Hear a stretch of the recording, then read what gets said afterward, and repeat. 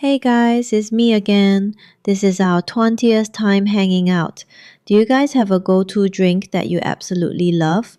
For 2 whole years, I was completely obsessed with coffee. I still remember the exact moment I fell in love with it. It all started with a discount. One day at work, my coworker told us that a well known coffee shop was running a promo. A coffee that usually cost around 30 RMB was on sale for just 10, but there was a limit of 1 cup per phone number.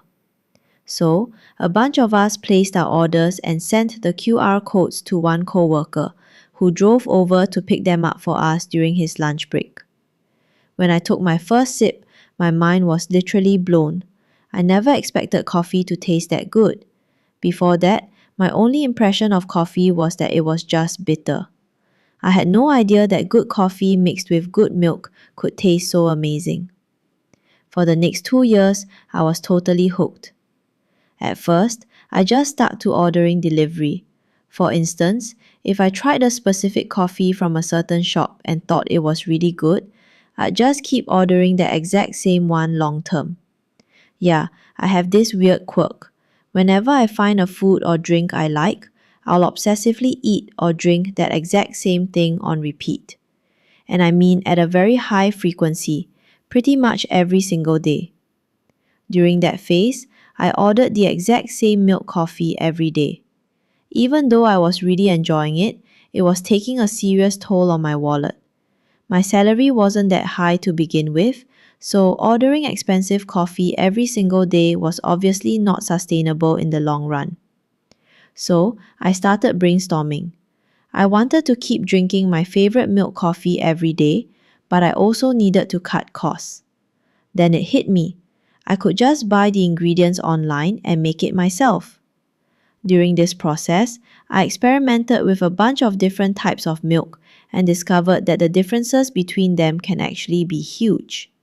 Some milks were super rich and creamy, while others tasted kind of watery, though they still tasted decent. But then, there were some milks that had this weird heavy funk to them.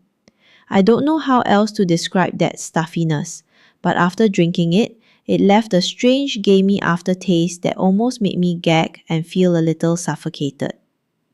Besides milk, I also tried lots of different liquid coffee concentrates and various flavored powders, like matcha, as well as things like mint syrup and fruit juice.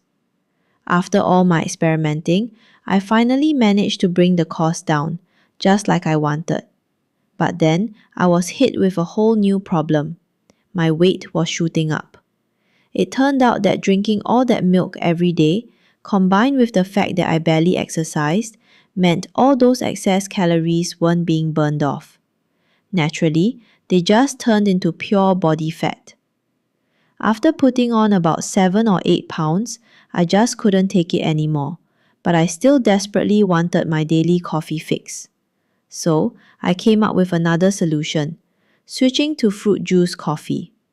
To my surprise, fruit coffee actually tasted amazing. It was super refreshing and it wasn't nearly as fattening. So, back to the internet I went, buying bulk concentrated fruit juices, coffee concentrates, sparkling water, and even ice cube trays.